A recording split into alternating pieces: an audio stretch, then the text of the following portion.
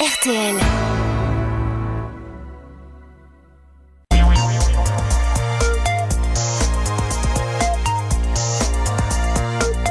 C'est notre planète. Virginie Garin, bonjour. Bonjour Bernard. Question, votre logement est-il une passoire? Vous voulez peut-être savoir pourquoi vos factures d'électricité ou de fioul sont si élevées.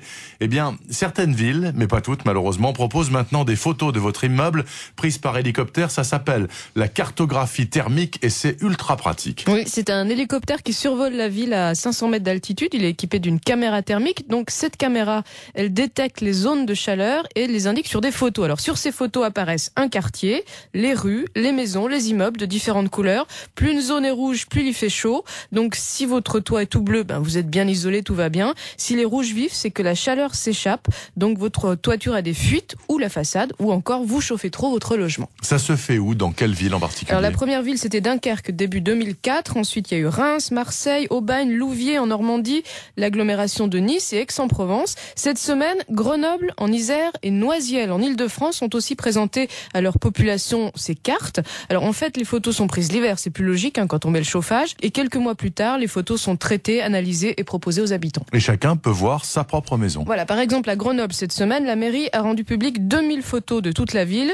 Vous entrez dans un ordinateur votre adresse, apparaît sur l'écran votre rue, votre maison, avec d'éventuelles taches rouges. C'est précis, 30 cm près. Vous savez si le coin avant droit du toit est mal isolé, s'il faut faire des travaux et donc ensuite faire des économies. C'est pas mal. Bien, ça marche vraiment bien. Il y a eu beaucoup de toitures refaites grâce à ça. Oui, alors c'est qu'un début. La seule ville qui a un recul qui a commencé il y a 3 ans, c'est Dunkerque. Ils ont eu 6000 consultations de photos et surtout, depuis 1 an, depuis que la ville a décidé de donner des aides pour faire des travaux, en plus des crédits d'impôt proposés par l'État, eh bien là, ils ont enregistré 400 dossiers et 80 sont en train d'aboutir. Donc des gens qui vont soit faire isoler leur logement, soit installer des chauffe-eau solaires. Alors l'aide de l'État, c'est 40% du coût de l'équipement et la mairie rajoute 400 €. Un chauffe-eau solaire, ça permet, il faut le rappeler, de diviser sa facture d'eau chaude par 2. Même à Dunkerque. Oui, ça marche partout. Alors à Dunkerque, il faudra installer des panneaux solaires un peu plus grands sur le toit, 5 à 6 mètres carrés. Ils seront 2 fois plus petits en Provence pour le même résultat, mais ça marche vraiment.